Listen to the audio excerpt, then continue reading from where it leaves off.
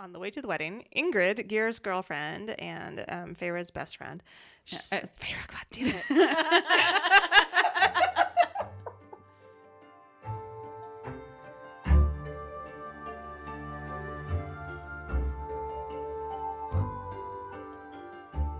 Welcome to Recapping Romantasy, hot takes on hot literature. Who are we? We are me, Emma. I am Tabitha. And I am Maura.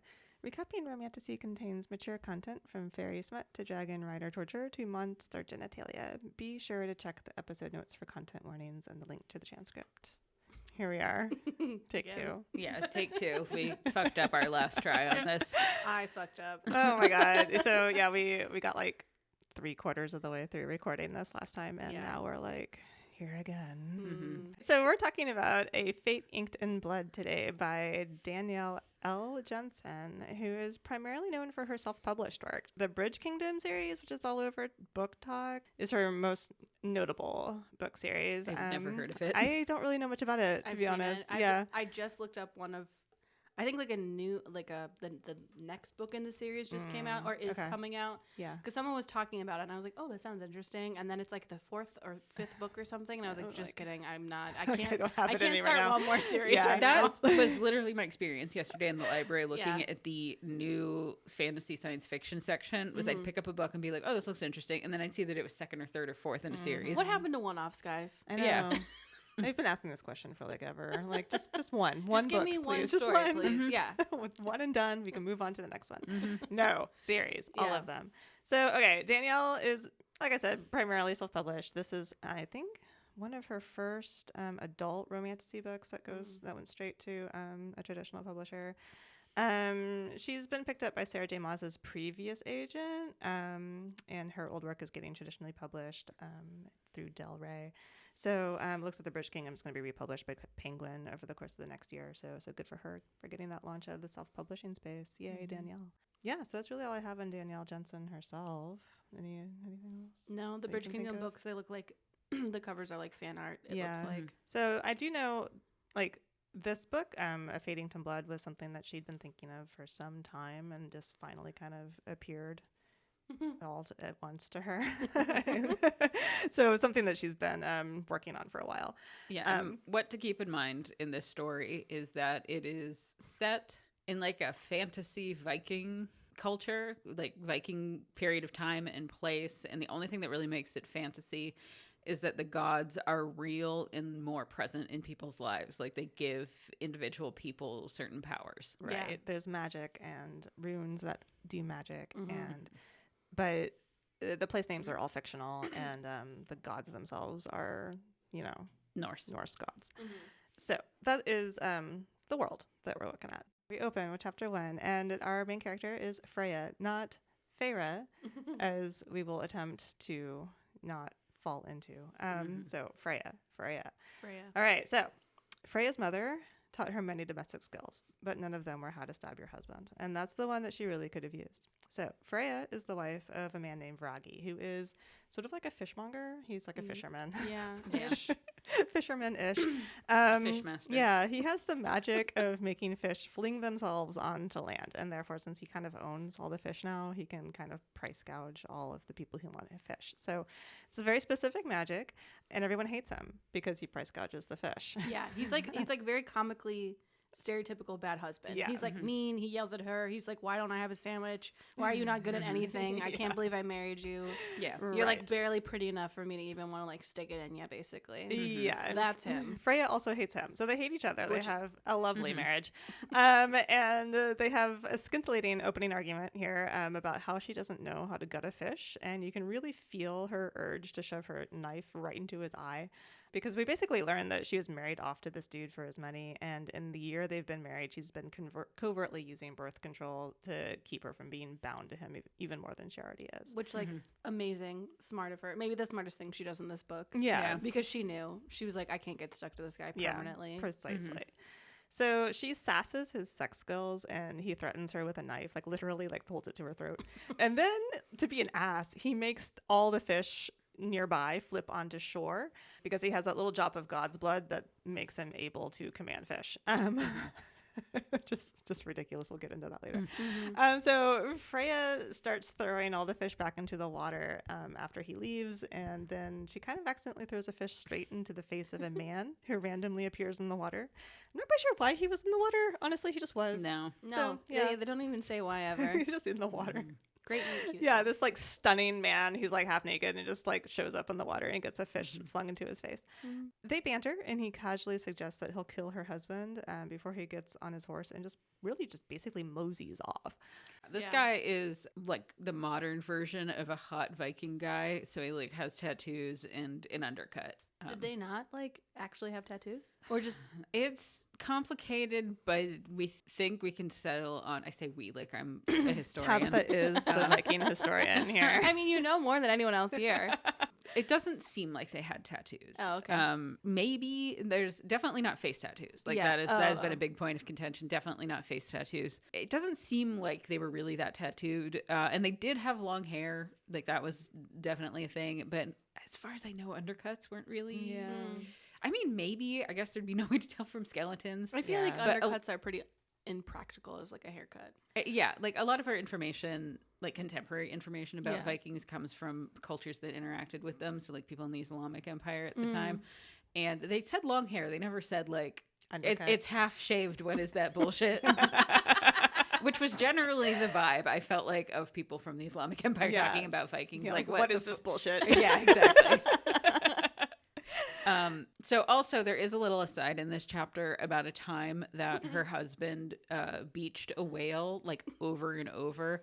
Like it would struggle back to the water and he'd beach it again just so he could watch it dying, and like a villager had to run up and eventually kill it. And I think this is in here just so we don't feel bad at all about what's going to happen to him next. Yeah, this guy is absolutely morally indefensible. He's an ass. Again, he's just like comically evil. Yeah. Yes. So Freya takes some fish to her mother and spends time smacking trees with twigs because Freya wants to be a warrior. Domestic life is dull and inadequate. True. Yeah. So her brother Gear appears to lecture her on being a better wife and give up her warrior hopes. He basically tells her to grow up. So if Raggy leaves her, then the Jarl might kick Gear out of the war band or whatever. And this would be terrible for him. So basically it's just like, Freya, I'm more important. Think about me and my ambitions. Yeah. So put out for your husband. So Freya's like, I can fight, raid, and earn my own wealth. I don't need Raggy. And then Gear's like, hey, let's not talk about things you want because that's a downer for me personally. This begins a distressing theme in this book of everyone being selfish and Freya being a doormat. Yeah, so the theme of this book is finding the courage to control your own fate and not let others make your decisions for you. That's literally the whole theme. And so this can be a rough road in terms of theme for a book since it often strips the MC of their autonomy and makes it difficult to follow her through her bad decision making. She's looking at me as she's I saying know. this, and I'm I'm like, looking at her because I did not vibe. Let's chill. I did not vibe with this theme.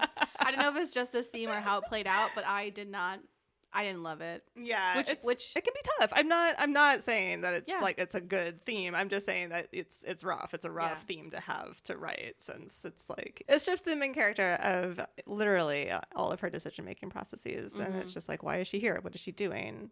We don't know. We don't know. We'll find out. Yeah. Keep listening. So, the Jarl Snorri arrives with a whole posse of riders and Raggy and the dude who got fish slapped. And Jarl's just like the chieftain. Yeah, the chief of the region. Yeah. So so we discover that the dude who got fish slapped is named Bjorn. He is the Jarl's son. Bjorn also has god powers. He can wield an axe made of flame. His powers come from Tyr, a god similar to Thor, and was the god used in that period of time to... he would invoke him when you sign contracts. Also, he has one hand. Oh. Yeah. I did not know that. that. The god? Yeah, the god. Oh, okay. Do you want to know the story? Yeah. Is it cool? I think it's a cool story. Okay. So Loki had 3 kids with an evil giantess named Angerboda. Okay. And those kids were Jorgamund, the giant sea serpent. Oh, okay. Fenrir, the giant wolf, and then Hel, the god of hell. Yeah, essentially hell. How easy. Helheim. Yeah. So Fenrir was like super, super powerful, and it was like kind of freaking everybody out, like the gods. And they're like, okay, so we like need to kill him, but we can't kill him in Asgard because his blood will pollute the soil here. Yeah. So they're like, maybe we can chain him up. And so they decided they went to him and they're like, hey, Fenrir, let's play a game. What we're going to do is we're going to like put chains on you and you're going to try to break out. Wouldn't that be a fun game? And he's like, yeah, sure. And so they do it. They tie him up and he's like breaks out immediately. Yeah. And they're like, ha ha ha ha, let's try it again. And they make stronger chains and tie him up again and he breaks out. Okay. So then one of the gods sends their servant, I believe, to the dwarves, because the dwarves were the people who were like really good at like metalwork. Like they made Thor's hammer, I believe. And so they make this like unbreakable magic woven. It looks like ribbon, but it's the strongest metal ever. So they go back and they're like, let's do it again, Fenrir. And by this point, he's getting suspicious. So he's like, okay, fine. I'll play your game, but one of you has to put your hand in my mouth while I try to break free. So that way, if I can't get out, I'm going to take your hand. And like everybody's like, oh, and Tyr's like, fine, I'll do it. And so they wrap up Fenrir, and obviously he can't break it. Yeah. And so he bites off Tyr's hand. Okay. And he's stuck there forever? Yes, until Ragnarok when he breaks out. Okay. Gotcha. So now you know that, and you can't unknow it. Thank you. Thanks. You could have made all of that up, and I would have been like... I would be like, this is perfect. That sounds real. Thank you so much. Okay, so Snorri, which is the stupidest name. Yeah. I'm sorry. Not to go on another tangent, but did you know that the most well-known figure in Norse poetry was a guy in the 11 and 1200s named Snorri Sturluson? I did, because I looked up this dude's name and I ran across that name and I was like, all right, well, it's real. It's a real thing. Snorri Sturluson is the guy that we know most of our information about Norse mythology from. He wrote it down a couple centuries later. I just don't like it because my autocorrect kept making it snoring. Yeah. Yes, it really didn't like Snorri as a name. Okay. Snorri orders Bjorn to fight Freya to the death, seemingly out of nowhere. Through this fight, we discover that Freya also has a drop of god's blood from Hlyn, which turns her shield that she's using into a super device that jettisons people into the air. That could be a fun amusement ride if used properly, I really have to say. I think this is like when a shield is made of like vibranium or impenetrable matter. Like it's not necessarily that he's like pushing him away or something, but it's like, forces meeting impenetrable, like blah blah blah blah blah. So they're just bouncing off. Yeah, they bounce right off the shield. Yes. So it turns out that Snorri has been looking for something called the Shield Maiden, and he believes that Freya is this Shield Maiden. Vragi gets some gold because he totally snitched on her for saying that that he didn't know how to do sex, which is just hilarious, and basically divorces her right on the spot so Snorri can marry her and take control of her destiny, essentially. Geir gets his legs broken because he tries to stand up for Freya. Then Vragi's like, I'm going to go sex up Geir's girlfriend, and then Freya snaps, grabs Bjorn's flame axe and splits his head open with it.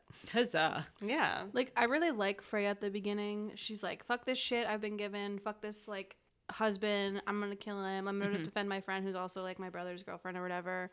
I'm going to take charge and get out of it, even if it means she's going to kill her shit husband. And then this is, like, one of the last like decisions I feel like she makes are good decisions. Right. She's super, super active here. And it's interesting though, because kind of down the road, I don't know if she really regrets this decision, but I think she is frightened that she made the decision.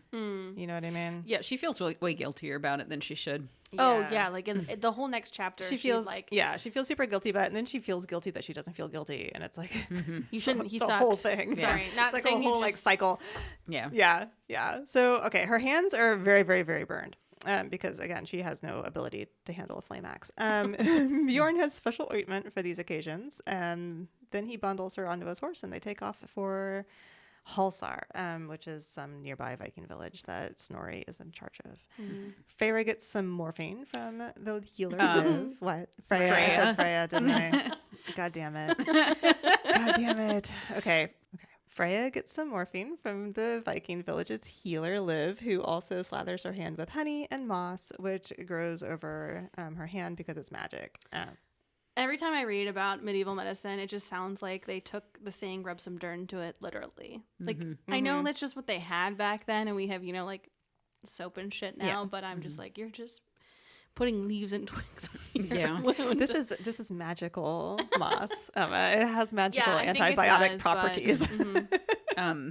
Honey does actually contain some antibacterial qualities, but it's just like it was fine when you didn't have anything else. We just know better now. Like we Yeah. have soap. Yeah, as I said, we have And soap they have now. magic. This is magic moss. Yeah, doesn't it like grow over her whole Yes, hand? it or grows over her something? whole Yeah. hand. Her whole burned hand gets Pretty mossified. cool. Mhm. And she wakes up and the moss is all dried, so she can remove it. And underneath her hand is super ugly and scarred, but she didn't lose it, so that's a win. Snorri makes her call her magic again, like right there on the spot while she's recovering. And she can do it. And then he tells her that the bard he has is busy composing a song about her because bards and songs are basically the 24-hour news network of Viking times. He wants everyone to know that she's his. Yeah. So Ylva, Snorri's wife, tells her that Snorri's marrying her today to control her. And that's quite a thing to wake up to. Truly a whirlwind.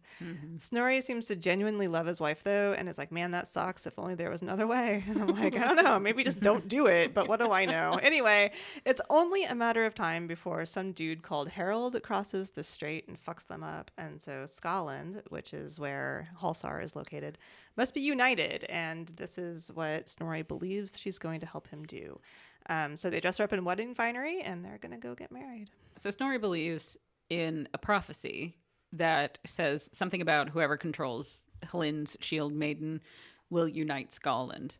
And he simply assumes this means that that's him so long as he marries Freya. And Super I think that's sort of narcissistic. I think that's a pretty big leap to make. Yeah, that just a wedding will do that. Yeah, but he's not smart. Yeah, no, he is pretty not dumb. a very smart person, and he is trying desperately to bind her to him in a way that will ensure that he will be the one because he found her first. He also kind of, I don't know if it was definitive, but he also kind of shoehorned Bjorn in as the one who was going to like unveil her to the world. Like, well, I thought it required a son of Tyr or whatever. Yeah, to unveil the Bjorn. the shield maiden. So he's like, Bjorn, I have Bjorn right here. And he's connected to it in other ways. So I guess it's sort of understandable that he thinks he's the one. Yeah. But also, like, you don't have to marry her. You don't need to marry her. She You could think just, you're I that don't know, close. Yeah. be a part of your council or something. Yeah. I don't know. Do they have, like, whatever group, inner circle, if you will? Who knows? They don't have one here, but I don't know. think I don't know create enough one. about Vikings to, like, make it make sense, but... Okay, well, important to remember, this is a fantasy land. So Yeah, they true. could have whatever they could- want. whatever they want. On the way to the wedding, Ingrid, Geir's girlfriend and Freya's best friend, shows up to give Freya her father's sword for the wedding ceremony so she can give it to Snorri, not to her, which is a pretty big blow for their friendship. It's like, Ingrid's like, hey, here's the sword that you really love and are connected to. You can give it to your new husband. Give it to your shit husband. Yeah, so... Ingrid's like, also, oh man, this is so awful, but thank you so much for sacrificing yourself so I can have sex with your brother, not Vragi. Then she lets it slip that she knew Freya had magic and that Geir told her because keeping secrets is so hard. And Bjorn overhears all of this, and like afterwards she kind of pulls her aside and says, that girl's a freaking bitch. Again, everyone is such a dick to her in this story. Yeah. Like, she didn't know that she had this prophecy until it was like revealed in the last chapter. So she finds out that everybody else knows and didn't tell her. Yeah. I really wanted her to just at this point say, actually, fuck this, and walk into the woods and disappear. Yeah. And the thing about this book is everyone's kind of a dick. Even Freya. Freya's also kind of a dick. So Yeah. it's like, since everyone is a dick, it evens out for me in the end. It's just like, if you want to stay here or not, no big deal. I'll read I don't this. care what happens to any of you people. No, not for me. I was like, is this supposed to be one of those, like, life's tough, so everyone's tough and mean and, like, we're going to spit in your eye just because we don't like you? I hated it. I was like, I have to be able to like one person. And not saying you need to be, like, a nice little, like, fairy or something, but I don't know. Could we just all be, like, likable and mean? Like, Bjorn is the only one who, like, at the beginning, he's more of a dick than at the end. I think that's fine, but Freya's, oh my god, whatever the fuck her name is, Freya started out, she was like mid, like dickish. Like, I was like, okay, you're a dick, but it kind of makes sense. And then at the end, she was just like a dick to everyone for no reason. And like I said, one of my big issues I feel like I've had in a lot of the books we've read is that I find these protagonists to have no cunning. Like, nobody gets into this situation and is like, I'm actually going to be nice so I can figure out what's going on. Yeah. Like, maybe make some allies. Maybe someone will open up to me. Like, nobody does that. They really don't No. have that emotional range, I don't think. No, A and lot of them are very like, I'm because- just going to be a bitch. And you're like, okay, I guess everybody's going to be a bitch right back to you because that's what we are doing in this book. Is it because they're all like 20? Like, I feel like everyone we read about is like 20. They're all basically 20. None of them have the life experiences I feel to be cunning. Like people in high school, though, are like... Oh, yeah. Teenage girls can be very cunning. Cunning, yeah. But everyone's just dumb. All right. At the wedding ceremony, Freya has to get the god's tattoo, which is a mark from the god who gave her blood that makes her magic. She obviously has to bare her boobs to the entire village, and then has a weird vision of herself being torn in two that Bjorn also sees. But no one else really sees this, and Freya gets the tattoo of a shield on the back of one hand, but there's a second tattoo on her scarred hand that confuses everyone and can't be seen clearly enough to make out what it is. But I'm sure it will be important. The whole boobs in public thing really varies wildly by culture. Like, some are okay with it, some aren't. I feel like the Vikings were probably chill about it. I'm sure they were. Yeah. Yes. I mean, I read this book like in February, and it's whatever month it is now. I feel like she was like not that weird about it. And they were like, we have to be able to see where the tattoos are going to show up, or tattoo, because they thought it was just going to be one. I just don't love that she had to marry the Jarl / dad. I wish it was like somehow fake if they like did a private ceremony or something, because it makes Freya and Bjorn stepmother and stepson, but they're the same age. So like in my mind, they're step siblings. And that trope just like isn't for this book. It's for like a very different side of the internet. It's very. There were multiple times writing my notes where I almost wrote like stepson, no. Yeah. And I was like, I can't make that joke every time. I made it, so don't worry. Get ready, audience. Someone was doing it. Okay, the reception time. The bard tries to get some details out of Freya for her song, but Freya's more interested in Bjorn flirting with like some redhead, like a man whore. Yeah. Freya marches up to him and demands that he talk to her about Snorri's mythology ideas, and Bjorn's like, hard pass. He makes her take off her gloves because he's like, how dare you cover your tattoos? And they all drink like Vikings, by which I mean like beer spilling down their chins, and they start hitting shit. And she asks him if he really is destined to protect her because this is some sort of Snorri thing. He says that Bjorn is going to be the one who protects her. It's like divinely sad. And he basically says, fuck no. Then Ylva appears and said it's time for Snorri and Freya to consummate the marriage. The level of dread I felt at the end of this chapter. Yeah, I pretty much knew that they weren't going to fuck because obviously the romantic interest is Bjorn. And this book is too normal, as Emma said. Very much so. For the hero to have sex with both the hunky boy and his dad. I think it was more like, how are they going to make this not happen? Like the anxiety started to shoot up. I was stressed at the end of this chapter. I read this book before both of you, so I'm positive I texted both of you and I was like, Maura, what the fuck did you get us into? Yeah, I know this was my fault. I was I like, gave it to both of them. Are they gonna cuckold someone? Like, I can't handle it. This was not on the trigger warnings. No, it really wasn't. Cuckoldry was not part of the trigger warnings for this book. Can you imagine if you opened a book and that was like the first one? Because it's like alphabetical. Cuckolding. Like, no. Immediately close it, put it back. So Snorri's bed, let's focus on Snorri's bed for a second. Moving on. Could fit a family of 4. Freya is momentarily astonished by this, and not the main reason she's here, which is to have sex with Snorri. Priorities, lady. Yeah, wow, nice bed. Got it. Yeah, she's like really like, wow. Can't wait to get on it. Wow. Oh wait. Snorri tells her to disrobe, and at this point Ylva finally breaks down and admits that she's not as strong as they all believe. She can't watch her beloved husband have sex with some other woman because she has to be literally in the room while this happens. She's going to be sitting in the cuck chair. Yeah. So Snorri assures her that Freya means nothing to him, that they have to consummate for the gods and everything. And keep in mind, she's standing right I know, there. She's standing right there. It's like, she means nothing to me. I'm like, dude, no, that is a flagrant lie. She means everything to you. Let's not do this. So, so he's like, all right. They had to plan. So Freya doesn't have to have sex with Snorri.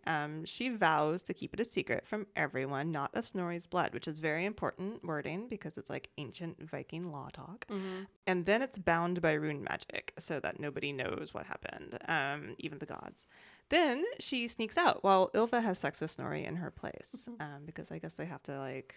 I thought they were like overcome with passion. Yeah. Snorri was like, Ylva, I love you so much instead. Yeah. And Yes, it was like, that does I happen. love you, babe. And then Yeah. they go, it's not like, oh, we have to make the noises in case someone like overhears or something. It's like, I love you, babe. I think it's, like And the fact that then he like won't have sex with her and he's like, Ylva, I love you so much. And she's like, let's make passionate love right now. Yeah, and Freya's just like, guys, I'm here. Yeah. Yeah, she has to do the They're Homer like, go stand Simpson. in the closet. And She she's has like, to do the okay. Homer Simpson fade into the bushes. Yeah. So like she literally does go into a closet type of thing and she's supposed to stay there Yeah. while they're having sex on the bed. She's like, I really don't want to be here. So she sneaks out somehow. There's like some sort of crevice and Like she gets trap out. door or something. Yeah, like a trapdoor and she leaves. So she runs into Bjorn, who asks her what she's doing out here. She's like, shouldn't you be having sex with my dad?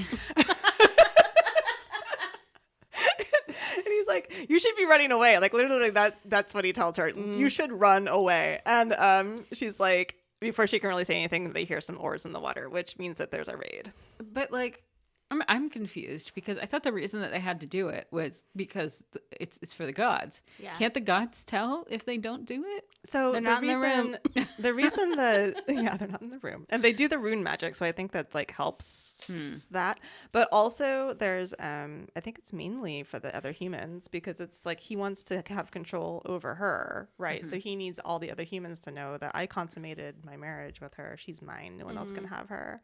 So I don't know if it's for the gods so much as it is for like all the other jarls who might want her. Yeah, because I feel like Snorri is like paranoid that other people are going to take Freya. Right. Yeah. So now it actually they kind do. of fucks her over because like all the other jarls would take her, but now they're going to kill her. Yeah. Yeah. Yeah. So it would have been helpful had he not married her. Yeah. Again, he's real dumb. He's not He's an smart. ass. I've said before. I'll continue to say he's not smart. Yeah. So, okay. Halsar seems very unprotected and tiny for the ambitions of Snorri, to be honest. But, digress. Bjorn is literally like, well, fuck, and explains that all sorts of people are going to come out of the woodwork now to kill Freya, who runs back to presumably interrupt Snorri and Ylva's sexy times to announce the raiders, who are led by some dude named Newt. I said nut. Gnut. I pronounce this as nut, and I prefer nut, but I know it's not wrong. It's like Canute, but you say it real fast, like Canute. Canute. Yeah. Canute. Okay. Or at least Freya. that's the best we can do as Americans and not Danish people. Yeah, Canute. Okay, Canute. Sorry. It's so funny. Okay. Freya gets pushed into the great hall with the women and children, but Freya is a strong lady and won't have this. So she climbs onto the roof in an attempt to do something. She jumps to the next roof over and it collapses underneath her. Again, this is where I'm like, okay, here she is. She's trying to take charge of her life, take charge of her fate, become the person who she wants to be. I'm identifying with it. And then the rest of the book happens. And like, I know not everything can go well. But at least she's choosing to do something like productive here. Right. I have to say, I do think this is the beginning of her trying to do something. Like every move she makes ends in failure. Yeah. Or ends with momentary victory, but that also leads to failure. It's like a split second. Yeah. And so I think eventually, like throughout the course of the book, she starts to become like, what the fuck is the point? Everything is going to end in failure. Yeah, I guess. You know what I mean? It's like, I guess you could say like in the course of the character arc for her, I think this is going to be a duology, but I could be wrong. It's like this is going to end with like her lowest point instead of her highest point. Yeah. And that's the problem. It's like you're seeing like a continuous character arc of growth downward. Yeah. Instead of going up as you would like in a normal book that ends in one book. I agree. Right? I think like So, her decisions all the way up into when she gets to that mountain, like they're like fine decisions. Yeah. They're not like smart per se. Sure. But I'm like, okay, this is like maybe the logical choice here. And then post mountain, I'm like, why the fuck would you choose that? Yeah. Like there's no logic behind it. It was like you were failing before because life happens. Right. Now you're failing because you're for totally different dumb reasons. idiot. Yeah. You're siding with this person who sucks. I Like, totally get where you're going with that. Yeah. Yes. And I think also there are reasons for that though that we'll get into. But there are, but I don't think they're played out as well, which is why I felt frustrated. yeah, no, I get it. Yeah, I get it. So Okay. she jumps off the roof. Yes, she and- jumps off the roof and she falls straight into pig shit. Which I didn't say before, but yes. She falls straight into pig shit, which is why she's like, God damn, that wasn't the right decision. But Bjorn finds her. And it's like, well, this is super gross. Also, what the hell? And then he tells her that she should have escaped when she had the chance. But also she's like, hey, Snorri is basically holding my family hostage and I can't run. And so... Counterpoint. Yeah, counterpoint. Fuck they suck. So Bjorn and Freya decide to light one of the raider ships on fire. Understandably, like if we light one of the ships on fire, they're going to all run back and try to like save the ship because they have to leave. They can't stay here. But unfortunately, Freya lights too many of them on fire. So the raiders all panic and run back to the ships. Bjorn is like, well, yay, you had your first victory. And then they banter a little bit, during which she says, quote, your looks aren't good enough to compensate for your tongue. And then he says, quote, don't underestimate my tongue, Freya, especially in the dark. End quote. So basically, my take on this is foreshadowing for eating out. And if that doesn't happen, I will be sorely disappointed because as we all know, love interests eat out. I have to say, and maybe this just goes back to me not understanding how attraction works, but I don't feel like these two like each other at all. Like, yeah, they're attracted to each other, but he's super, super condescending to her. And I get that this is a romance trope, but I'm so perplexed because on a personal level, I don't understand how you can be attracted to somebody who is so mean to you. Yeah. I know that people are, and I'm trying to understand that. It's I just something that happens all the get time. I think in this book too, I always fall back on the fact that everybody's an asshole here. Yeah. And they're all assholes to each other. So it's like, if you're all assholes to each other, it doesn't really matter. You can be attracted to literally anybody. Yeah. If they're good looking, have sex with them. It doesn't matter if they're nice to you or not. Yeah. The banter at the beginning is definitely like antagonistic. Like but they're hot for each other for sure. Yes. Like Freya always is like, look at that ass, look at that face. You know, like we know she likes him. I think it's something personally I don't get because I don't care how like physically attractive a person is. Yeah. If they are like not interesting or mean, that's nothing. That's nothing to me. Yeah. Yeah, I think I might as well be looking at an attractive potted plant at that point. I think he does this at the beginning to hide his feelings because again, like she's technically his stepmother. Yeah. Stepmom. Also, he is not to reveal the end, but hardcore, like in a pot of lies right now. Yes. Yeah, Yes. he is. I mean, and it's very obvious that he is. Like reading the whole thing, I'm like, this dude is lying his ass off all the time. But he does like a couple nice things. Like he's like, it's okay, your scars may be ugly, but like be strong and brave about it. Take your glove off and like, you know, like massages her hand later on. It's like you can tell for sure like he's got deeper feelings. He starts to soften up about it really quickly, especially around you need to take better care of your freaking hand. Yeah, and I think Freya is just like a dick. Yeah. Who thinks he's hot and then at the end just like quickly falls off the hill with him. Literally and figuratively. Yes. Halsar recovers from the attack, and Freya sees a hooded burning figure on the shore that no one else can see, which is spooky. People blame Freya for the attack, which she's like, dude, unfair. I was dragged here against my will by your leader. Blame him. So blame frickin' him. Yeah, like, what the hell? We can't because everyone in this book has to hate her. Yeah, that's the other thing. It's just like, she's here because he made her be here. Because he has all these ambitions, but everyone hates her, not him. And I'm like, of course, the patriarchy, whatever. So Bjorn shows up late to help light the pyres of the dead, and Snorri is very disappointed dad about Bjorn's reasons because he overslept, which is this most teenage thing that you could possibly do. Yeah. But okay, Freya comes to his defense, and then Snorri announces that they're going to get some revenge on Canute. Okay.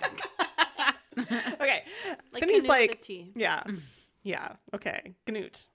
Yeah. Canute. Okay. Yeah. Then he's like, okay, family meeting. So Bjorn, Snorri, Ylva, and Freya discuss who's going to get punished for Freya getting out of the Great Hall. Bjorn tells Ylva it's her fault, and Ylva's like, it's Freya's fault for leaving. And Bjorn's like, you idiots best be telling Freya she's amazing because she saved your asses, which, she kind of did. So Snorri admits that Bjorn is right and that he's got to be her guardian for realties. And also Bjorn has to teach her how to fight. Or he can go back to wherever he came from, which is literally not here. He's actually from Nordland. So Bjorn reluctantly accepts this fate. God, can you imagine marrying into this? No.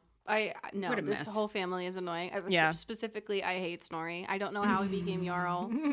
They're like kings, basically, right? Like he's basically a king of a very small region, and he'll become big king if he gets more regions to God, I hope he pay attention to him. Yeah.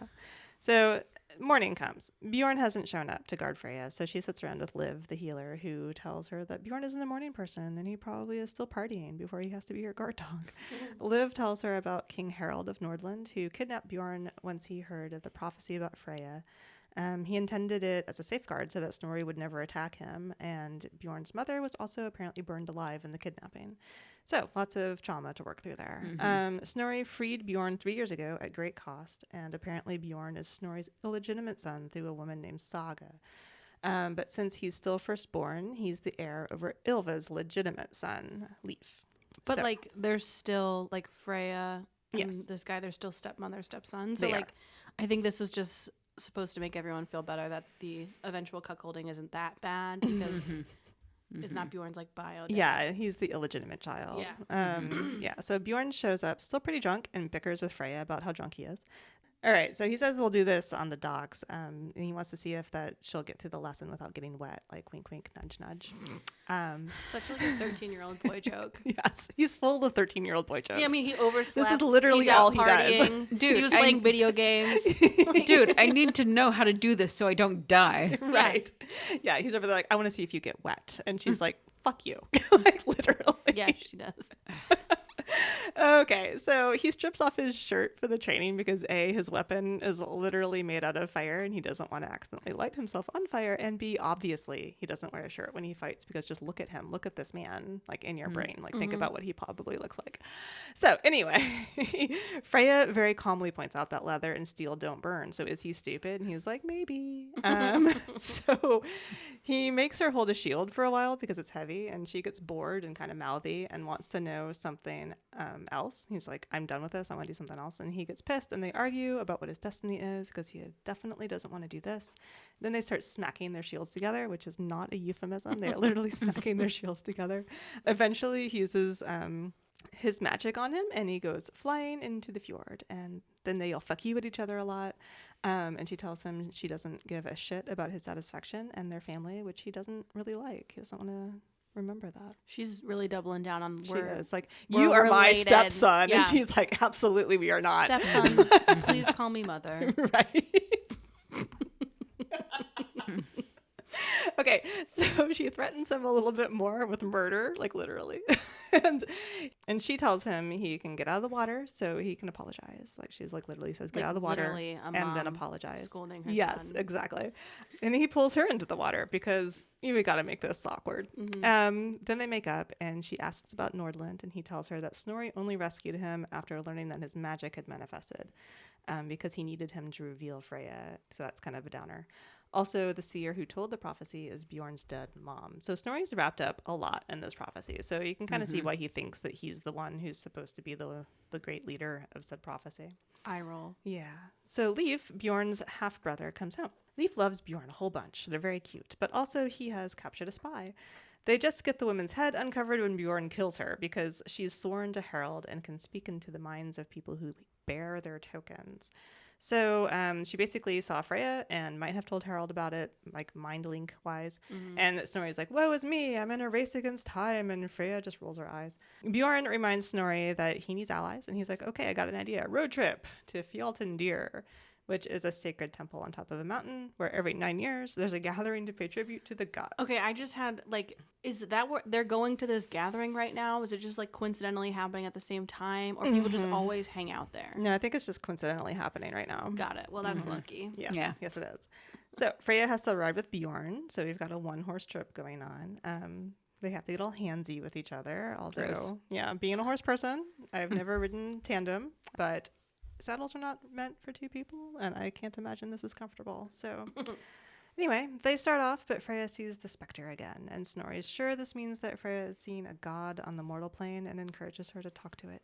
So Freya shouts at it, and remember, no one else can see this, so she's basically shouting, what do you want? At literally nothing. The specter says that she must give sacrifice at Fjaltendir, otherwise she's gonna die. She's got to earn her fate, prophecies are meritocracies all of a sudden. So Snorri's like, you gotta prove yourself to the gods, which honestly seems extra, but I guess we wouldn't have a book if the MC didn't have to do something. So here we are. Bjorn has a different take on this. He says, I think it was a warning that there will be those along the way who will try to kill you. God, if I was Freya, I would be such a massive bitch about all of this. Like, a vision shows up after I've been forced to marry someone I don't want to and is like, oh, I have to prove myself? Why don't you prove that you can lick my nuts? Yeah. Yeah. She should have been like, make me. Yeah. Like, literally. I'm here. Like, how about I don't? Yeah. This is the slow start of her downfall for me. This is like, she has 2 redeeming moments later on in this book. But like, if you're trying to control your own fate, like, why are you not Well, once you bring thinking through, like, why is this person trying to make me do this? Like, oh, sure, yeah, let's just go along with what this ghost says that no one else can see. Yeah, it kind of comes like once you bring the gods into it, then it's like, well, I guess I have to do it. I can't be a bitch about it because the gods want this to happen. But she's not doing any sort of like introspection about, like, Bjorn has an obvious different take than her. Mm-hmm. She's like, oh yes, I do need to make a sacrifice, kill someone. Mm-hmm. He's like, no, I think it means other people are going to kill you. Yeah. And she's like, nope. It's interesting too because the book also says that people who have a drop of God's bloods are unfated. Like, everybody else has a fate. Like, the gods know those fates and they're like, we know exactly what you're going to do. Now, she and Bjorn are both unfated. They can do literally whatever they want. And it feels like Bjorn had figured this out and Freya is still trying to get there. But like, yes, and people say this to her, and like in the book she says it, and it's from her perspective, right? It's first person. Yeah, it's first person. Yeah, and she's like, people with God's blood are unfated. But I just have to do with other people. I'm like, what the fuck? I know. You keep saying that you're unfated. Bjorn keeps saying it to you. You are unfated. You can do literally anything you want. Well, I mean, I'm just going to listen to everyone else, I guess. Yeah. The thing that they keep hanging over her head is her family. Yeah, but fine. Like, but I forget about them most of the time because they suck so hard. Yeah, they suck so hard. It's like, if you had like a little brother or something and he's just the most adorable little brother ever and you would do literally any for him. Yeah. Who the fuck cares about the rest of your family? They all suck. They've abandoned you. They've betrayed you. They treat you like absolute dog shit. But that one little brother. Yeah. But she doesn't have that. No. I was going to say, we start off this book with knowing that everyone sucks. We don't meet her mom until later, but she definitely sucks. She definitely sucks. She sucks more than anyone else. But like... how are we supposed to root for her to defend this person, like these people? You're so right. And then the hypocrisy of the I'm unfated, but I have to do what everyone else says. Yeah. So she has to learn. She has to learn many times through the entire book. I hope I'll talk about the next book later.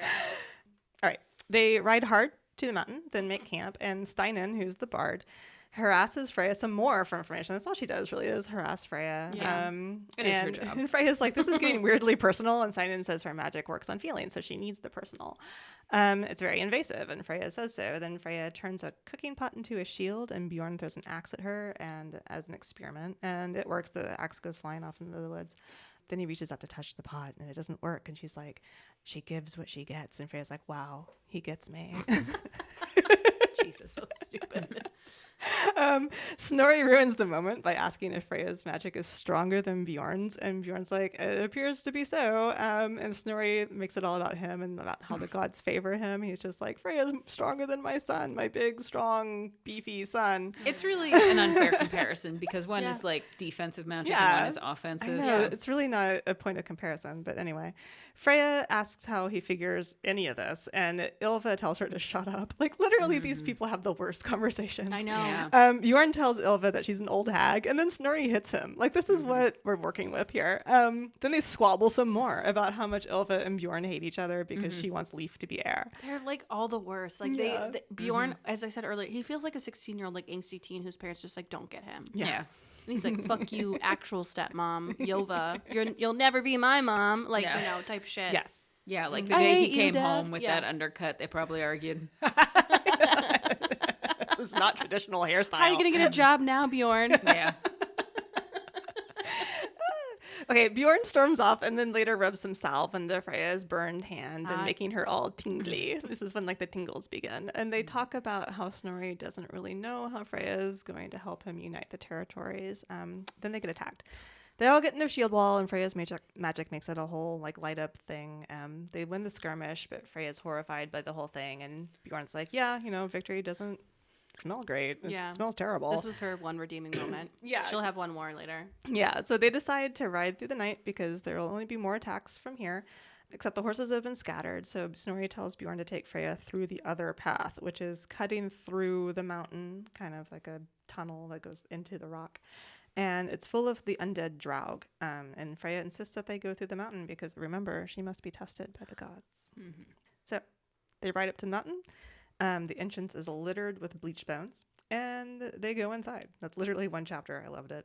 So, yeah. Monsters, bones. Things are finally looking up in this story. Yep. So they're walking through the mountain, and it's very Lord of the Rings. Bjorn stumbles. Very Lord of the Rings. Yeah, it is. Yeah, he stumbles and something goes clanking on the steps, and then everything like wakes up, just like literally in Lord of the Rings. Yeah. Like skeletal drogs appear, and they give them a fight. It's a pretty good fight scene. Mm-hmm. Freya saves Bjorn's life, and he saves hers, and then it's all like mad at her for saving him, and he's like, I don't deserve it. And, you know, because of course he's lying. Yeah. So they set off again, only to be definitely watched by the Jog the entire time. So Bjorn starts yelling at the Jog to come out and fight because he's like, they're planning an ambush. I know it. And Freya tells him literally that he has maggots for brains. That's a quote that she says. He says it hurts his feelings when she calls him names, which is also a quote. This is basically how their conversations go the entire time.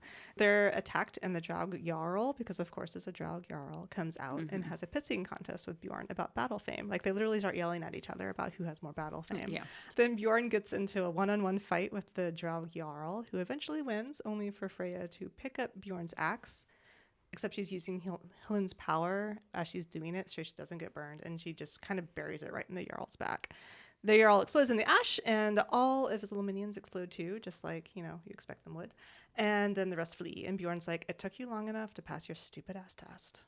I feel like this fight started out pretty good, like it was pretty interesting, but then the resolution got kind of muddled at the end. Like they brought in the whole battle fame prestige prophecy. I don't know, it just got weird at the end. This would have been a good place to cut, I think, honestly. Yeah. I cut out that part, but I think whatever. It started off well, but then the stakes got too high. Like in the first half when they're fighting like the first wave, if you will, of Draug, it was like good. They were fighting, like learning how to fight together. Like it was very kind of like movie montage of them becoming friends somehow through fighting, that shit that happens. And then the second wave came in with like stronger people, the Jarl, etc. And it was too high. The stakes are too high. So I'm not a man, and I've never had a dick either. So I've never been in a dick measuring contest. But even if I had like a micro penis and my competitor had like a 10-inch schlong, I wouldn't be like, hey, look at this huge ass army I have while like, you know, waving my dick around. Like, this is what this felt like. It felt like they were just like, my dick's better than your dick. Yeah. Let's just fight mano a mano to prove it. And like, that was stupid. That was so, like, I would never have chosen that.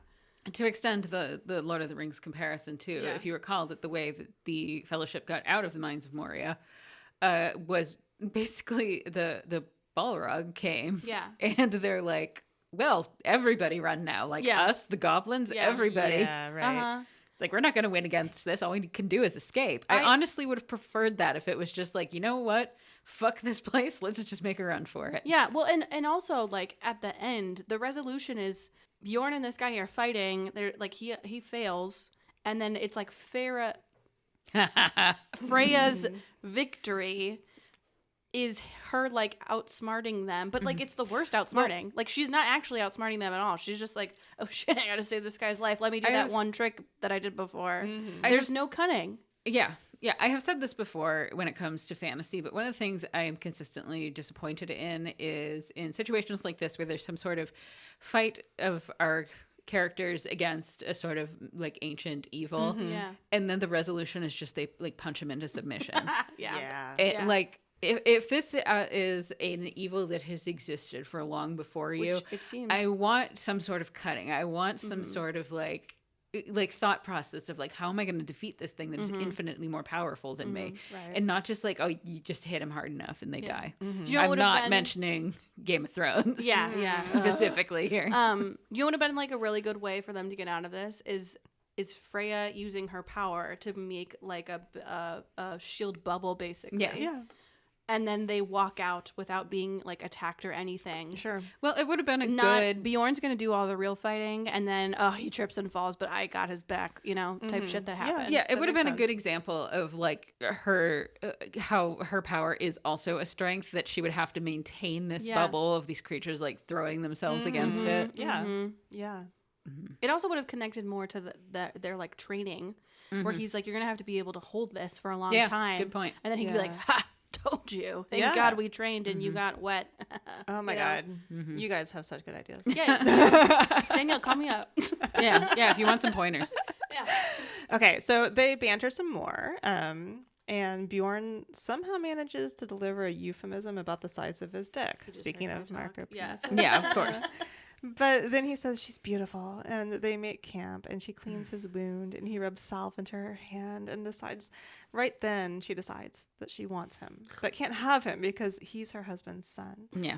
So they cuddle because it's cold, and he tells her about Nordland and how he has sworn vengeance against the man who hurt his mother, which is a nice little bedtime story. I have so little patience for men on a quest for vengeance. So they walk out of the mountain while Freya ponders how best to tell Bjorn that she wants to strip him naked. Maybe don't. Yeah. So a lot of her thoughts start with, quote, I know I'm married to your dad and you think we had sex, but ... unquote. And before she can summon her courage to actually do this, they arrive at Fjaltnir. She literally says that. I made this highlight as I was reading. I imagined saying, Bjorn, I know I'm married to your father, but we need to address how we both want to strip naked and have sex. And a look of panic and disgust filling his eyes as embarrassment slowly buried me with barrow stones. Yes. Because you don't need to strip naked to have sex. That's very true. It's also true. They did it in leathers in Fifth Wing. Mm-hmm. Wet leather. Wet leather. The slapping of wet leather. Okay, so they realize that they have to get on their knees at the gates of Fjaltnir and honor each god by name, which seems dumb, but that's religion, I suppose. And there are enemies camped out front waiting for them to arrive so that they can kill Freya. And they only are safe once they're inside the gates. So Bjorn suggests that they come up with a plan, which involves dressing like priests. It's getting too madcap for me. It did get pretty madcap here. So they start this stupid process, but the priests they stole the clothes from come along and rat them out.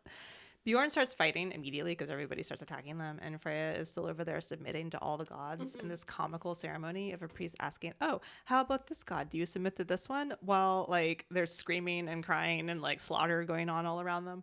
She finishes up her ceremony and then helps Bjorn fight off these people, and it becomes an insane melee, basically, that eventually ends with Snorri loosing arrows on everyone and Freya having to save Bjorn with her magic. And then Freya finds out what happened to Snorri's crew while they were gone, and she gets pissed that like he let all these thrall women be killed by making them pose as her. And Bjorn's like, cool it. Then they meet King Harald. This whole thing was like a little too absurd for me. Yeah, it was a really absurd chapter. The whole book has been quite serious, and then this feels like it's from like this is when they're like, something heavy happened. Let's throw in a joke, like in all the Marvel movies, what they do. Yeah, the music change up and it goes like boop beep. Yeah, because we don't need to feel our feelings. But I was like, this is ridiculous.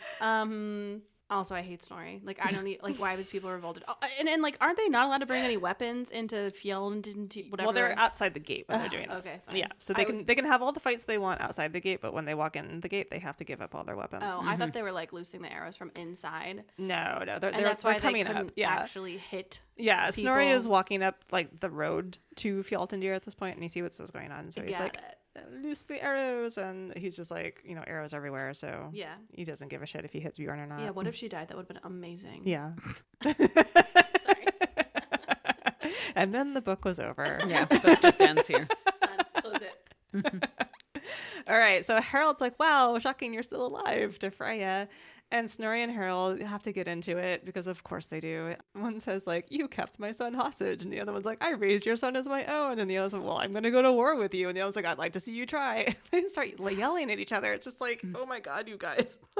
All they do in this book is yell. That's like...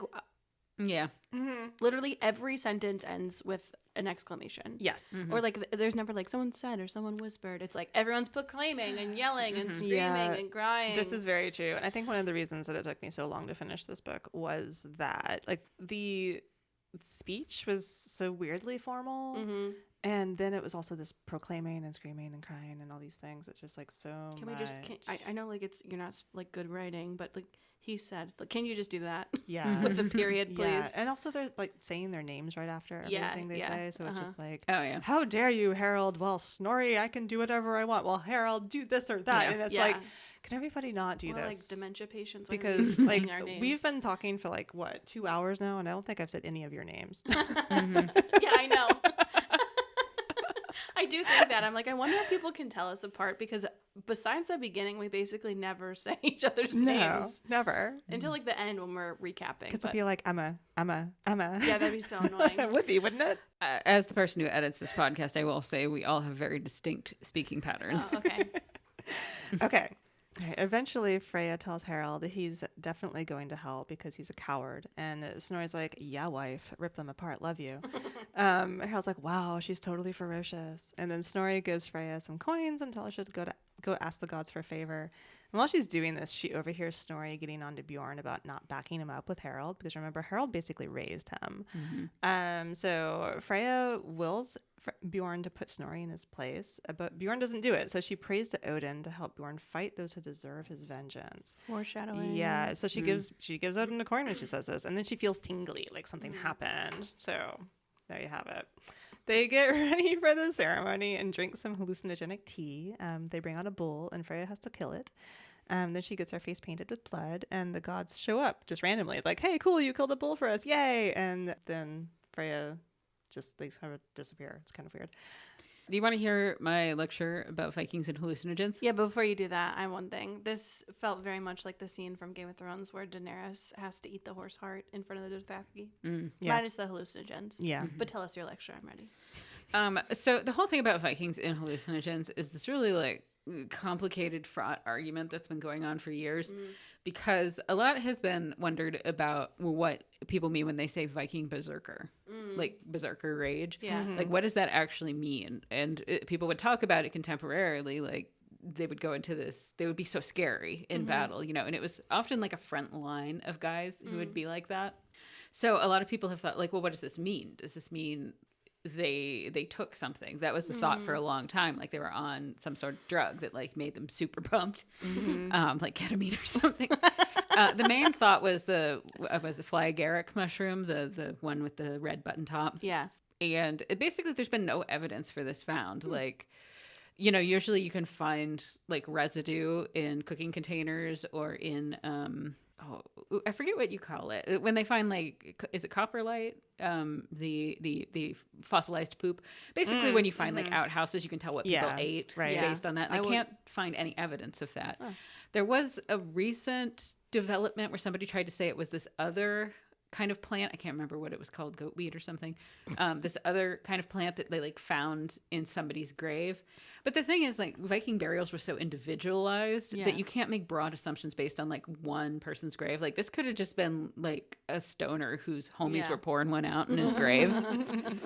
I personally think, I'm fucking nobody, but I personally think that the Viking rage was probably just a bunch of bros getting super pumped. Yeah. Like, it was probably just like a mental state they worked themselves up into. Like, have you ever seen guys in a group at a gym? Of course. Yeah. I mean, I've seen college basketball games. Yes. Yeah. Just watching there out was there, like a weird thing.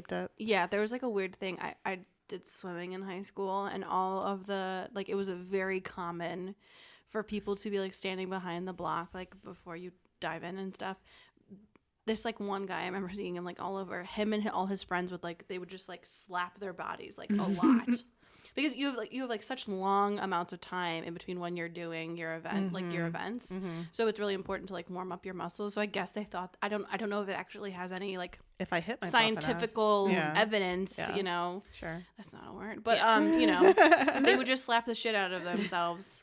And there are definitely other ancient cultures that we know used hallucinogens for different reasons, usually religious, but there's just not really any good evidence that Vikings did this. Yeah. So anytime somebody mentions like hallucinogenic tea and Vikings in the same paragraph, I always get a little twitchy because I think, like, well, no. Actually. Yeah, actually, I don't think so. I'm sorry. Okay, so interesting. Freya tries to go to sleep, but she's still hot and bothered over Bjorn, so she masturbates. Just like in a room of people. Yeah. There's like what, a curtain separating them? Kind of in the Great Hall. Yeah, he's sleeping like literally right next to her, basically like in a pile of furs or something. So she's interrupted though by Bjorn getting up and leaving the hall, so she follows him. And she stumbles across Harold telling someone that a good mother protects her son, and they have a plan. We can't see this other person. No, we don't know. We don't know who she is. We don't know who he's talking to. So she realizes someone from Snorri's crew is conspiring with Harold and believes that it's believes that it's Ylva. Because she has it out for Ylva. Yes, she has it out for Ylva, remember, because of course, patriarchy. So Bjorn catches her and pulls her into the woods, and she tries to tell them that Ylva is conspiring with Harold. Bjorn's like, we really need to get you back to Snorri's warriors, but Harold's people are all over, and we have to hide by making out against this tree.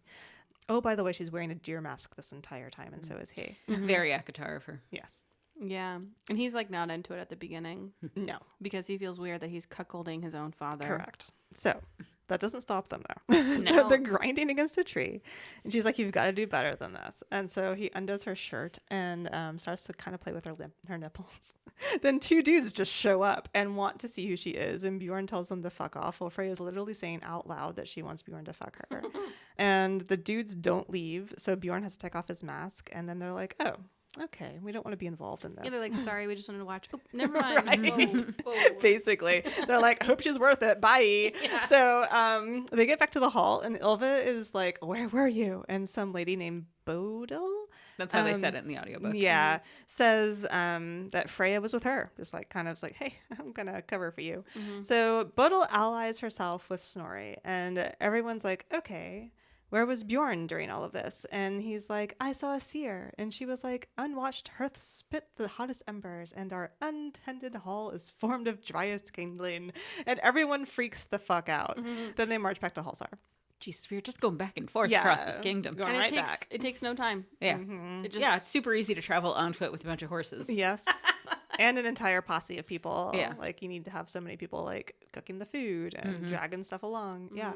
So they make it back to Halsar, which has been completely destroyed. Leif is still alive, and he tells everyone that Canute came back to finish the job. So they get all bloodthirsty, and Freya's like, the bastards will bleed for this. And I'm sorry, but aren't they dumb as hell for doing this? Like, did Snorri just not care because he has his sights on something bigger? Yes. Because surely all this death would hurt the morale. Yeah. Like, they just completely left this town. They did. Defenseless. They left Leif and like 3 warriors there. Like, it'll be fine. Yeah. They know we have this lady, even though she's not actually there to protect anyone, but they know we have her. And that obviously means we're big and strong, but it actually just means Snorri's a big dumb idiot and he's the Trump of Jarls. Okay, so Freya talks to Bodil for a while, and she realizes that for Snorri to unite everyone, people will have to believe it's fate and that the gods really want him to be king. So it's not about battles and winning, it's about belief. Bodil tells her that she really needs to train with her because Bjorn fights like a man, and obviously Freya is a woman. But first they have to get drunk and dance.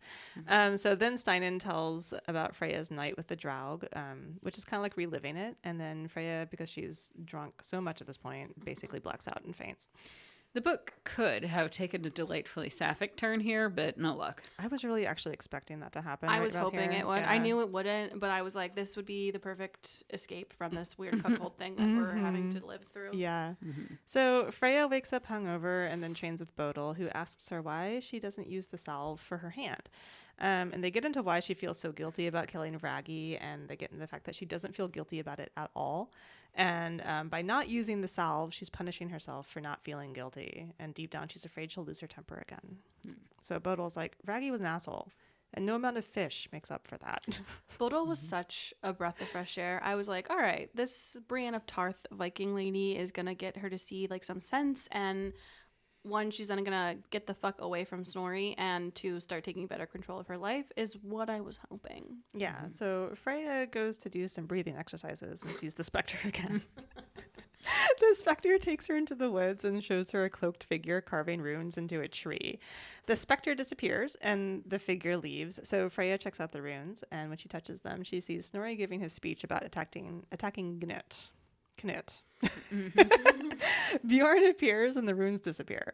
She really starts frothing at the mouth about how it was Ylva, and Bjorn's like, to what end? Why would she be doing this? And then he's like, why are you avoiding me? And she's like, why are you avoiding me? And he explains that Bodil can sense when people lie, and he doesn't want to be around that. And he's like, what's your excuse? And so she finally comes out with it. She's been avoiding him since he played with her nipples. Good reason. It was kind of sexy.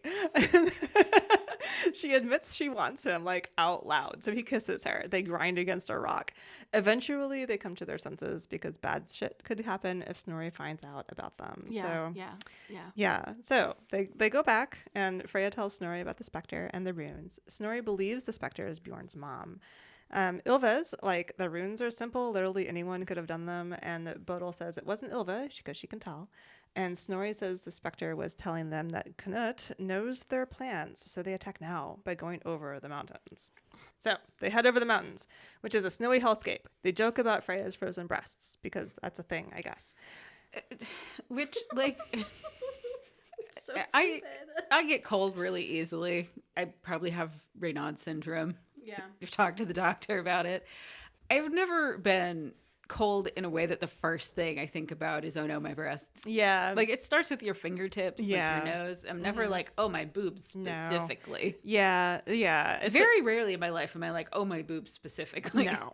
So I think it's mostly like a Bjorn thing. He's just like, I'm going to sexualize you on this walk up the mountains. But also, I thought it was like a common joke to talk about like your nipples. Like, why wouldn't you, like, I used to say like it was a tit nipply outside in high school all the time. Like, which again, like, funny. Okay. Yes, it's funny. And Thank also you.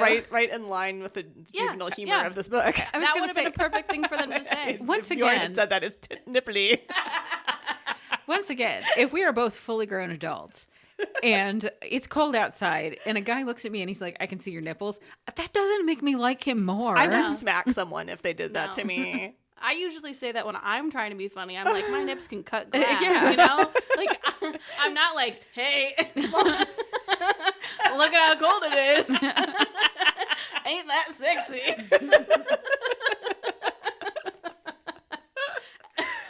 Oh my God. It's definitely like 13-year-olds like trying to flirt, you know? Oh my God. Like a little hand on the knee, like yeah. It is. Oh my God. Like because he tries to warm her up, and she tells him to go right to hell. Then her, of course though, but she slips and falls into a pond. Yeah. So like right here, I'm like, this is it. She's gonna die. She's gonna freeze to death. There's no other option. Mm-hmm. Of course, though, Bjorn's over there. He just makes a joke about how she always gets wet around him. Like, this is not a joke time now, Bjorn. Yeah, like, let's about pull to it die. together. She's getting hypothermia. Okay, so Snorri's like, this is just a god test. We keep going. They eventually make camp, and Bjorn has it out with Snorri because like, you don't care about your wife. And Snorri has this most amazing comeback. He says, I think you care enough for both of us.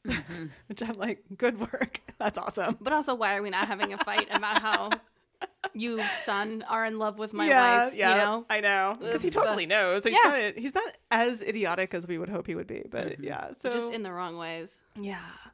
So Freya cuddles with Bjorn because he's hot, and literally hot, and blacks out. And while she's blacking out, she hears two voices telling her not to give up.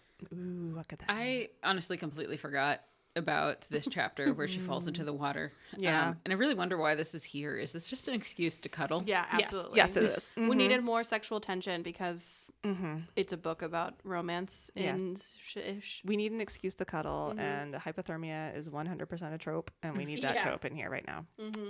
So they wake up just before dawn, seemingly before everyone else wakes up, and he fingers her, and she comes. I don't remember this either. Like, good for her, I guess. But also, your dad is right there. Literally, he is your right there. Your husband is right there. And literally everybody else is right there. The entire war band is here. and someone, like, says something later, basically, like, they heard. Yes, they were not as quiet as they thought they were. Yeah. Mortifying. So they go on and they attack Grendel, which is where Gnut lives. Bodil dies when a child of Thor hits her with lightning after Freya's shield slips. And in a rage, Freya uses her power to rebound the lightning, blows a hole in the door, and everyone streams in. So Freya goes into a berserker rage, and Bjorn has to cover her back. And she kind of goes through just like cutting the living shit out of people. And she corners Gnut. But Bjorn kills him since it was a trick to lure Freya into range of archers. And Bjorn tells her then that she's acting crazy pants. And everyone's like, whoa, lady, I think you maybe took this too far.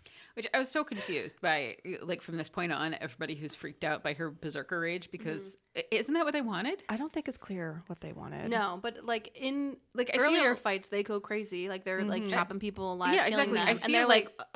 And you did it too? Yeah, and you can't even like say, oh, it's because she's a woman, because Bodil was right there doing the exact same thing. Bodil was right there. Yeah. I don't understand why everybody's so weirded out by this. Their reaction was weird. Yes.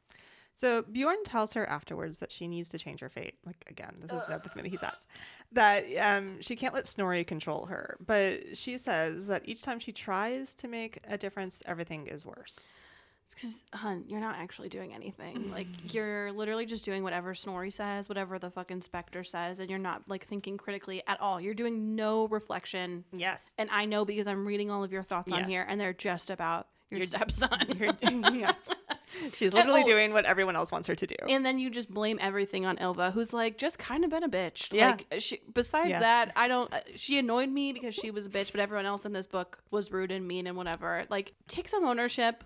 You made some bad choices. Move on and do better. Like, let's learn from our mistakes here, babe. You're 20, whatever. Like, honestly, at this point in the story, it started reminding me a little too much of Brave. Like, what if you could change your fate? Perfect. Beautiful. Yeah, that was... Okay, so Freya's idiot brother shows up with his idiot wife because he wants back in Snorri's warband. Guess those legs healed up real quick. Yeah. Well, I think he went to a healer and they got the magic moss. He got the magic moss. Freya tells him he's an idiot and they fight. And then Bjorn slaps him around a little bit. While a couple of voices are telling Freya she's both a good sister protecting her family, but she doesn't have to be. Mysterious. She tells Bjorn to let her brother go because they've, quote, made their beds, unquote. Yeah, so she puts up with all of this just to save her family, and those assholes just stroll right back into the fight zone and call her selfish. They're just the worst. You're like, sure, he doesn't need to die because he was like going to get killed or something. But I mean, at least tell him to fuck off and like never be in your life again, Freya. So Freya goes off to swear an oath to Snorri as king. Yeah. But Bjorn stops her, asking her to think about how Snorri is going to use her to unite Scotland. Like, Bjorn's literally like, think critically, Freya, for just a second, maybe. I literally lost all respect for her here. I know. As you heard me groan in the background, I literally shut the book and was like, are you fucking kidding I know. me? I was like, that was really out of nowhere. Why? He's been stupid the whole time. Like, she talks about how stupid he is and how he has, like, no... Snorri is stupid. We get it. She knows. We know. Everyone knows. But she's like, yeah, you're right. I can take control of my life. Great point. Let me swear my life to the worst person I know. Yeah. Yeah. Simply because my brother showed up. Yeah. Yeah. And I mean, also at this point, Bjorn is basically winking so hard, he's grabbing her hand and making it touch his eye while he winks. To be like, there's more information that you don't know about this. Yeah. It's like, you should maybe not do that. Don't do this. Wink, wink. Yeah. It's just like, if you have any respect for my penis. Yeah. Don't do this. She's like, you got something in your eye? Yeah. She's in my drops. Okay. Bjorn tells her to go watch Steinen's song about their victory. So in the song, Freya sees herself as a blood-covered monster and is horrified. Snorri's like, love it. Go tell everyone how badass we are. Bjorn asks Freya to leave with him. And she's like, but you're the heir. And he's like, if you haven't noticed, I could not give less of a shit about that. So then they start humping against the wall, because that's what they do. They hump against things. And she wants him to claim her and admits that she never had sex with Snorri. Then Freya has basically a mental break and starts talking about herself in the third person, like someone is controlling her actions. So it's pretty obvious that two gods are warring for control over Freya's actions at this point. Like, it's something that's very obvious. One keeps pushing her to remember her family, and the other one is like, fuck it, sex it, Bjorn, and get the fuck out. Freya says they can't leave, so Bjorn says they can't fuck, and Freya tells him to kill Snorri, and her eyes go red at the moment. Then she admits something is definitely wrong with her, and she decides she has to speak to her mom. So Freya tells Steinen her song sucks, and she needs more context about Hlyn, so that people won't see her as a demon, and Snorri won't have to rule through fear. And Steinen's like, maybe you're a monster. Have you thought about that? Yikes. Yeah, it was a yikes moment. So Ylva basically agrees with Freya and tells her to go get the context she needs to help Snorri, because Ylva is a good wife and mother. Ylva will cover for her. So they head back to Freya's hometown and talk to her mother about Freya's Again, conception. Takes no time at all. Yeah. I know, it's like 2 seconds. boom, boom. So they're there. They're talking about Freya's conception. It all goes back to her brother being a sickly baby and her mom wanting to save him. So a goddess shows up and says she'll save the brother if she gets to have a threesome with Freya's parents. But Afterwards, the goddess steals the baby. But then another goddess shows up with the baby, all fat and healthy, and says she'll give the baby back if she gets to use the baby conceived during the threesome as her vessel, because that baby is going to be an absolute terror if someone isn't around to give it some guidance. I found all the talking around threesomes in this chapter to be weird. Mm-hmm. She basically says, sometimes the god participates, but not this time, not with me and your dad. The god just watched from the cuck chair. Yeah, I highlighted basically this whole explanation in the chapter because in like the second chapter of this whole book, they allude to it. They're like, there's 3 people who are involved, the 2 people and then a god, but they never talk about actually how any of them are involved. Yeah, it's like to get that drop of God's blood, it's like the God just kind of stands over him at one point, just like sticks their fucking finger in somebody's butt. Yeah. It's like, boop. Yeah. There you go. But why is this author so into cuckolding? Like this is now everybody has their thing. 2 separate occasions that cuckolding has been important to like the plot of the book. And here's the thing. Not just like the god specifically, but like that you had to get cucked to be born, basically with God's blood. Someone had to be cucked somewhere. Then Freya gets cucked when Snorri and Ylva consummate their marriage, but not their marriage, and then she cucks Snorri like 3 times. Well, here's the thing. He's not conscious of it, but if you are going to have this much cuckolding in your romance story, then just go with it. Just like make it like a just sexy make it a part of it. Yeah, because make it a threesome. It's not. It's just like constantly happening in the background, but it never like crosses over into like, ooh, it's sexy cuckolding. No, which is weird, it's honestly, like, for a romance novel. Yeah, to have also that much unsexy cuckolding. Yes, and I feel like gods in general, maybe it's just like the Greek/Roman gods that I feel like this trope is usually with, but aren't they supposed to be just like horny weirdos? Yes. I mean, they were in Norse too. Yeah. Oh, okay. I don't know anything about Norse, but I told you about how Loki turned into a female horse and got pregnant. Yeah, that's right. I forgot about that. And you did send me like that comic. Yes, I did. Yes. Uh-huh. Mm-hmm. Yeah. Yeah, just lean in, lady. Yeah. Lean in. Lean into it. Lean hard. I also figured around this time that the second god in this story was going to be one of the quote-unquote evil gods. And I literally thought, it won't be hell because that doesn't really make any sense. Like, I'm not already reading a book with manifesting gods, zombies, and rune magic. I don't know enough about the Norse gods as to why you thought it wouldn't be hell. She's never really involved in much until Ragnarok. Like, she's basically down there in Helheim, just like doing her own thing. Eventually she leads an army of the dead to fight. So that's a good point though, because even in the book they're like, it can't possibly be hell. Hell doesn't have any of these children. She's literally never had one. They did say that. Yeah. So she would be the first. She's also not really a god proper because her mother was a giantess, and Loki was like a different thing too. Like he wasn't an actual Asgardian. Yeah, he's a blue guy. I watched Thor. Didn't we all? Okay, so mom's like, sorry, I kind of fucked you over. And Freya says she's not fucked over. And then her mom does a 180 and says, you're so content. Why are you fucking your husband's son? Why does everybody care about their business? I don't know. So you see, it's still all about gear. If Snorri finds out that Freya's seconds away from fucking Bjorn, gear is at risk. And so Freya's mom basically calls her a whore, and Freya tells her she's on her own. Good. Yeah. Yeah, she kind of slightly redeems herself here with being like, fuck you, mom, bye. Mm-hmm. So Bjorn reminds her that she could run, literally right now. She says she can't. He tells her some more details about what his mother said about her, that she would rain hell on earth, basically. She says if she doesn't go back, her family will die, and if she chooses herself over others, she'll just be doing the avarice thing that she was warned about. Oh my god, who the fuck cares about your family, Freya? They don't even like you. So Bjorn's like, damn it, I love you. Let's go. But they're interrupted by Skade, who is one of Harold's hunters. She shows up and murders Freya's mom, like right when she tells Skade that Freya was there and where she's going, because only a cowardly bitch betrays their child. Bjorn tells her that she really needs to run now, yet again. And she's like, nah, I got to get revenge on Ylva, because she's for sure that Ylva's behind all of this. She thinks that she told Harold where she was. Her eyes go all red again, and the evil voice tells her to ditch him. So when he's off lighting the house on fire, she steals the horses and heads back to Grendel. So stupid. Just an observation I had while you were recapping this. So don't you think in an actual world where there were people favored by gods, like had powers from gods, in this universe, what they're showing us is that those people are constantly being used and essentially enslaved by chieftains. Yes. Don't you think that the people who had the god's blood would be the ones in charge doing the enslaving of other people? You would think. Tabitha, how dare you insert logic into this story? Like, if you had the power of Thor and somebody was like, you work for me now, wouldn't you just blast them? Yeah, I mean, you could. I don't know. It just doesn't seem likely to me. Yeah. It's the same problem as with Fourth Wing. Like, why are we killing people with like the strongest dragons when the dragons apparently have their own dragon law? They don't follow human law, but we're trying to like coerce them into following human law by like putting their human in detention, basically. Yeah.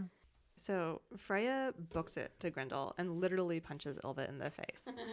Snorri stops her from killing Ylva, who calls her a fishwife. Sick burn. Snorri makes everyone go to the Great Hall to have a chat and says he finds Freya's accusations against Ylva compelling, but they're interrupted by Harald's ships arriving. Oh my god, I just hate this guy so much. Like, he just threw his wife to the wayside for some 20-year-old bitch. What a fucking ass. Yeah. His completely loyal wife. Yeah. So this is obviously the perfect time for Snorri and Bjorn to get into a spat about who controls Freya's fate. Snorri's like, I know you all want to fuck. So the family dynamics here are really top-notch drama, you guys. So Freya wants to draw her sword against Snorri, but her hand literally won't obey because apparently she did swear an oath of loyalty. I don't remember this happening. I think it was in like the wedding. Oh yeah, you might be right because of the wedding. Yeah. So she decides to leave with Bjorn, but of course there's gear to consider. Snorri reminds her that they have gear, and what's her face? Freya tells Snorri she hates him.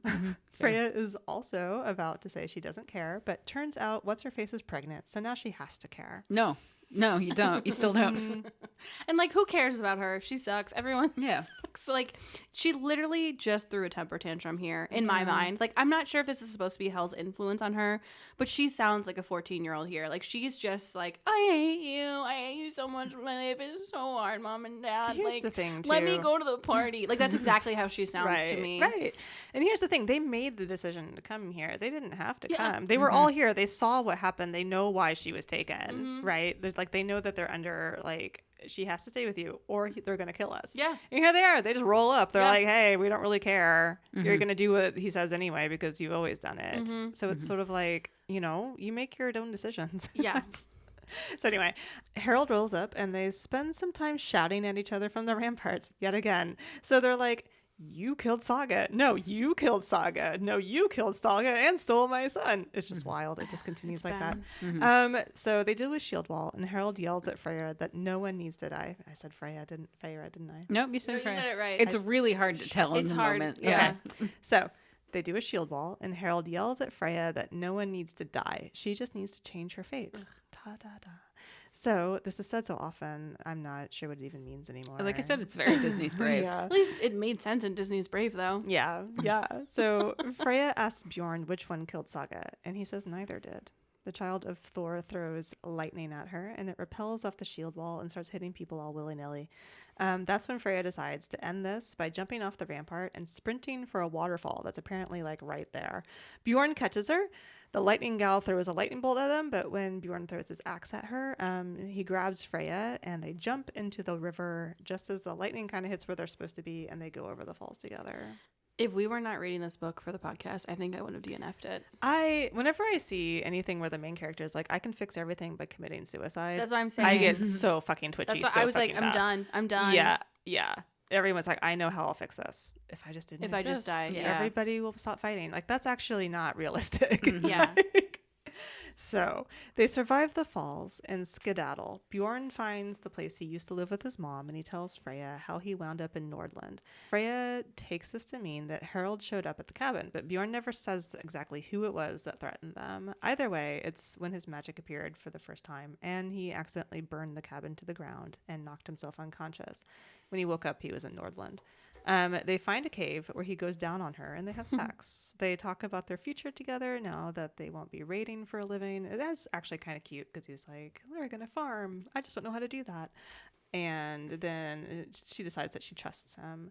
Then they fuck again with her on top.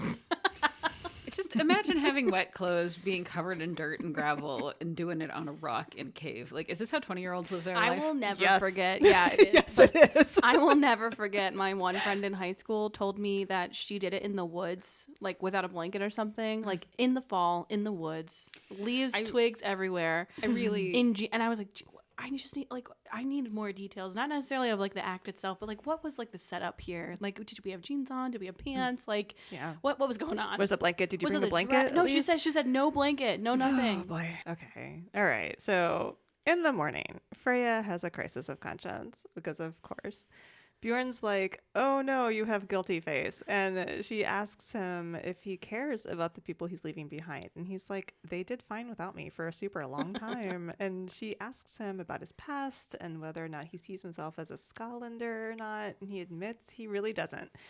And then she's like, he has no friends. Oh my God. And then he's like, I'm fine with Leaf taking over as heir. And so she starts questioning who he really is and decides that she has to go back. And this feels all kinds of forced. I'm not going to lie. I'm just like, good God, woman, would you just pick a course and stick with it? Yeah. And immediately she leaves the cave and she immediately runs into Harold, who's like, hi there. So. Hi there. You guys fucking? Yeah, basically. Yeah. And then they basically break up because we can't let two leads be together at the end of the first book. God, no. Okay, so as we have all probably guessed, Bjorn and Harold are in cahoots. Bjorn was trying to tell Harold that Freya could decide to leave Snorri for Harold back on the mountain. Yeah. So Freya demands to know if Bjorn is a Nordlander, and he says that he is. Bjorn calls Harold father, which is interesting. But on the plus side, if Snorri isn't Bjorn's actual or fake dad, then that means that Freya doesn't have to feel bad for cuckolding Snorri with his stepson. Yeah. With her stepson. Yeah. So unfortunately, Snorri, I think, is still Bjorn's actual father. No, and I know. Harold is the adoptive dad who really saying, loves him. This father. makes us feel better about the cuckolding. Yeah, we don't have to feel as bad about it because, like, he really actually hates Snorri a lot. Bjorn swears he wasn't going to take Freya to Nordland, which annoys Harold, because I think that was part of the plan. Bjorn says he did what he said he'd do, bring Snorri low and take the Shield Maiden from him and his crown. This all renders Freya a nameless thing again, which she notes with despair. Freya curses all of them to hell. I mean, like, good job, but, like, what are you going to do about it? Like, I curse you to hell. Sure, fine, like, big words, but if she wasn't Hell's, like, chosen child or whatever, this wouldn't mean anything. Sure. And I don't think she realizes in the moment. I feel like it probably does for the next books or book. Like, is there going to be a subplot where she then has to, like, go to hell and free Bjorn from this curse?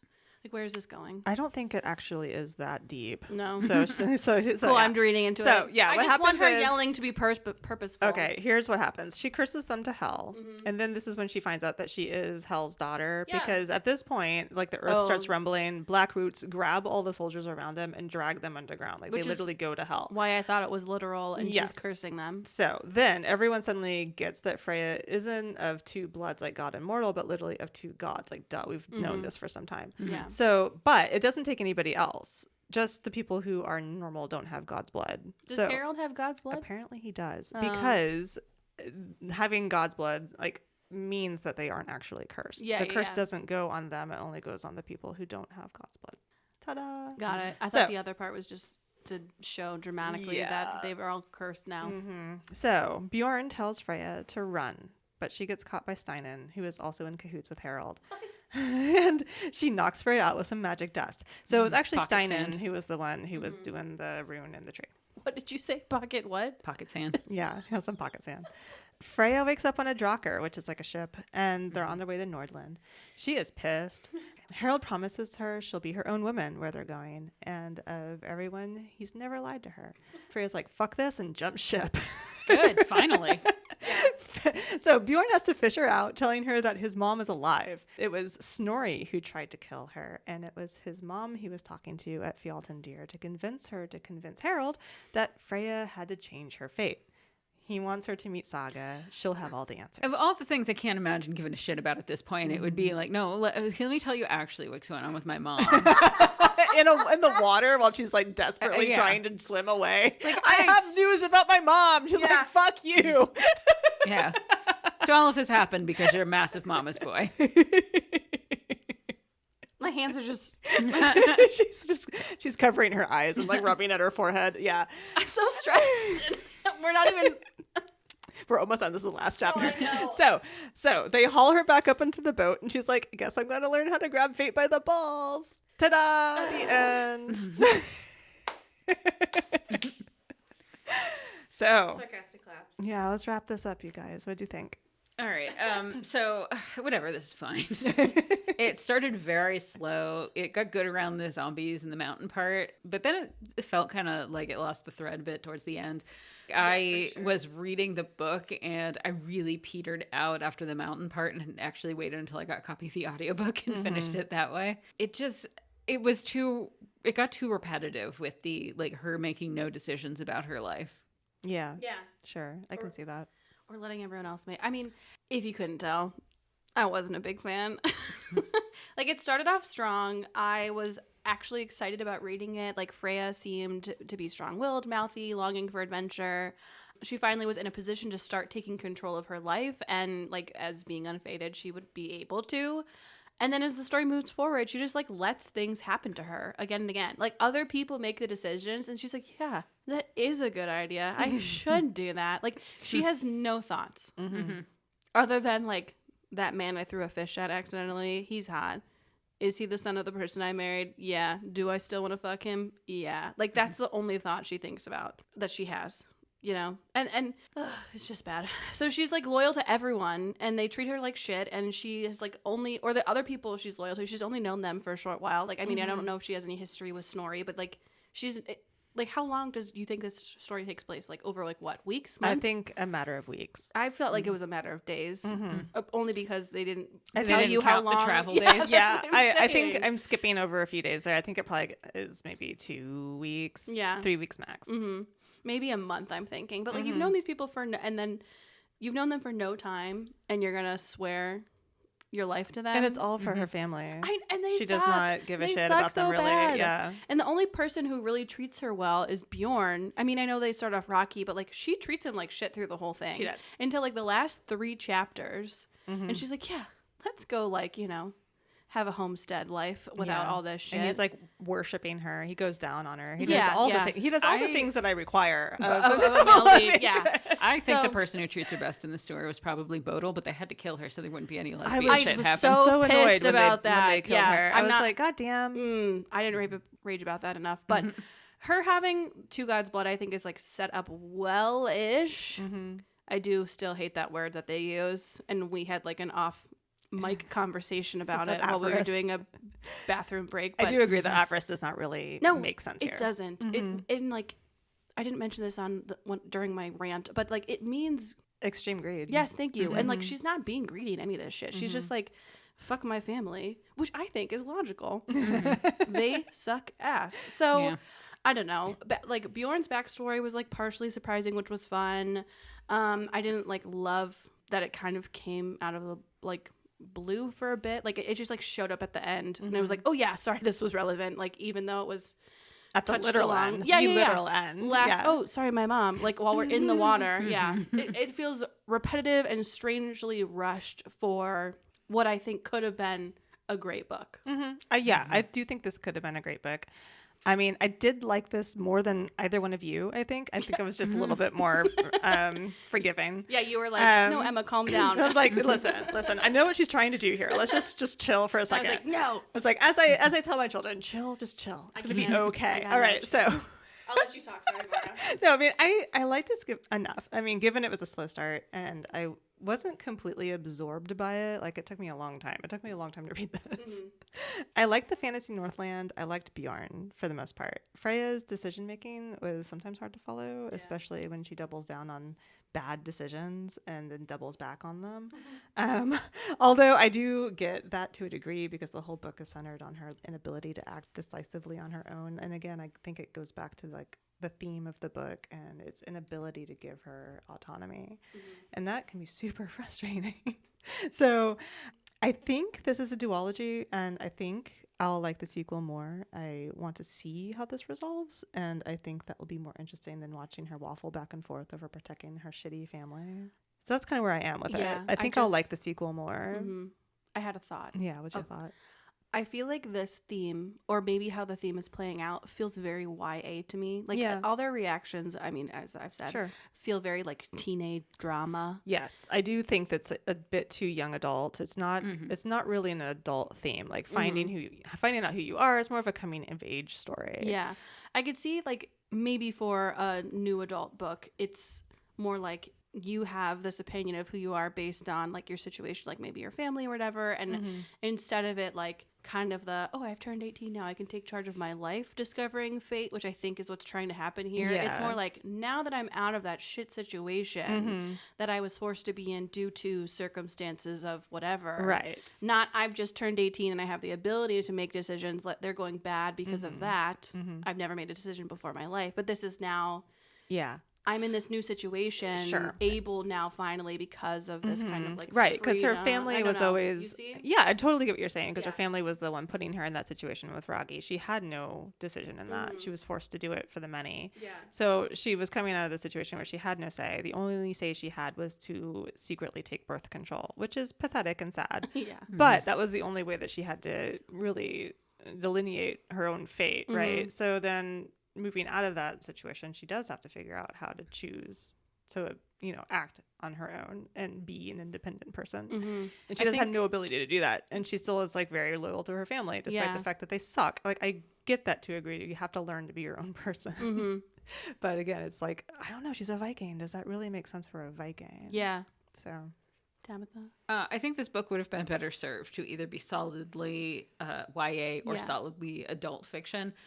I think what they were trying to do was really like shoehorn it into, I guess, romantasy. Like it has the fantasy element, but it has to have a certain amount of sex in it. Like you could definitely rewrite this book without it being overtly sexual. Yeah. And I think it would work as a YA book. But when you have a book it's that explicit and it's not just like erotica, the characters just aren't mature enough for the way they would have to be in a adult fantasy novel. I think this could have worked. I do think it could have worked, but I think it needed just some pretty dramatic tweaks for it to work. So all right, so who are we? Tabitha, you go first. If I have to pick like an actual named character, I guess I'd go with Steinen. Like she seems pragmatic and she likes to watch people more than interact with them. But honestly, I think I would probably be one of those thralls that was killed in chapter 18. Yeah. I like that you always choose characters like that. Like, I want to be the one who dies on the parapet. If I'm being realistic, yeah. I'm the Spectre. I am totally the Spectre. As a writer, I feel kinship with a being telling one character that they have to do something that no one can see or hear. Super relatable. Yeah. I was going to say Freya because I like to think I'm the smartest person in the room, but then I basically make the dumbest decision and just yell at people. I'm a very yelly person. But I got yelled at last time for being too negative on myself. So I'm going to pick Bjorn because I also flirt by roasting the shit out of people. That's true. You do. Yeah. Yeah. And I think it'd be cool to throw a flaming axe. Yeah. Awesome. Yep. Yay. All right. Thank you for joining us. Yeah, that's Thanks. it. Thank you. Bye. Bye-bye.